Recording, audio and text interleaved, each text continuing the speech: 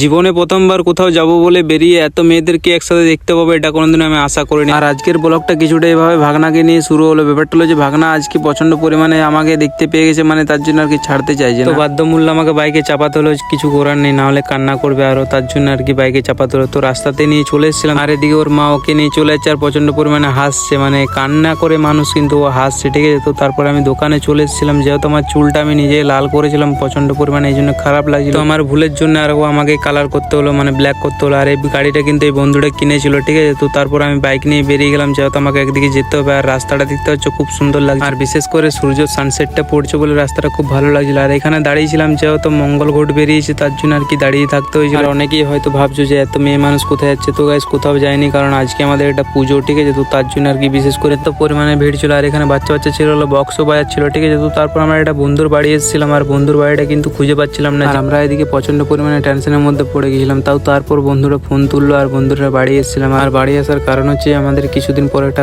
অনুষ্ঠান বাড়ি যেত, তার জন্য আর কি এসেছিলাম বন্ধুটাকে নিমন্ত্রণ করতে, মানে ইনভাইট করতে। আর এখানে দেখতে হচ্ছে কত সুন্দর সুন্দর হাঁসগুলো দাঁড়িয়েছিল আমাদের সামনে। আর এদিকে আমাদের বন্ধুটাকে ইনভাইট করা গেছে, তো যেহেতু ইনভাইট করা গেছে এই জন্য আর কি বেরিয়ে যাচ্ছে। আর দেখতে হচ্ছে রাস্তার ভিউজটা কিন্তু আজকে দারুণ ছিল, সত্যি খুব সুন্দর ছিল। আর তারপরে একটা দোকানে চলে এসেছিলাম, যেহেতু আমাকে হেলমেট নিয়ে বেরোতে হবে। আর হেলমেট নেওয়ার কারণ হচ্ছে যে পুলিশ কাকুরা আগে দাঁড়িয়েছিল, তো তার জন্য আর কি হেলমেটটা নিয়ে নিলাম, না হলে কখন যে ছবি তুলে ফাইন করে দেবে তুমি নিজেও বুঝতে পারবে না, ঠিক আছে। আর আমার এই ভয়টা থাকেই থাকে, তোমরা তো জানোই, কারণ আগের বারেও আমি অনেক ফাইন খেয়েছি, ঠিক আছে। তো তার জন্য আর কি। আর বিশেষ করে দোকানটাতে কত সুন্দর সুন্দর টফি রয়েছে দেখতে হচ্ছে গাইস। আর এই টফিগুলো কিন্তু সব নতুন নামিয়েছে, বেশি দিন হয়নি। আর এখানে রয়্যাল ফিল্ডটা দাঁড়িয়েছিল, তো ভাবছিলাম যদি টাকা থাকতো তাহলে নিতাম। আর এখানে দেখতে হচ্ছে আমাকে বসে থাকতে হয়েছিল, তার কারণ হচ্ছে আমরা ছিলাম দুজন আর একটা ছিল হেলমেট, ঠিক আছে। তো আমি যদি না হেলমেটটা নিয়ে আসতাম তাহলে কিন্তু আমাকে ফাইন করে দিত। আর ভাগ্যিস গাইস হেলমেটটা নিয়েছিলাম, না হলে কি হতো এটাই ভাবছি, মানে ফাইন হয়ে যেত আর কি হতো গাইস, কিছু করার নেই। এমনিতে দুটো ফাইন আছে আর একটা ফাইন হয়ে যেত। আর রাস্তার সাইডে কলেজ দেখলাম, মানে আমি সত্যি কলেজে ভর্তি হয়নি, আর কলেজের কিরকম এনজয় সেটাও জানি না, ঠিক আছে। তো আমি স্কুল লাইফে এনজয় করেছি যেটুকু ওইটুকুই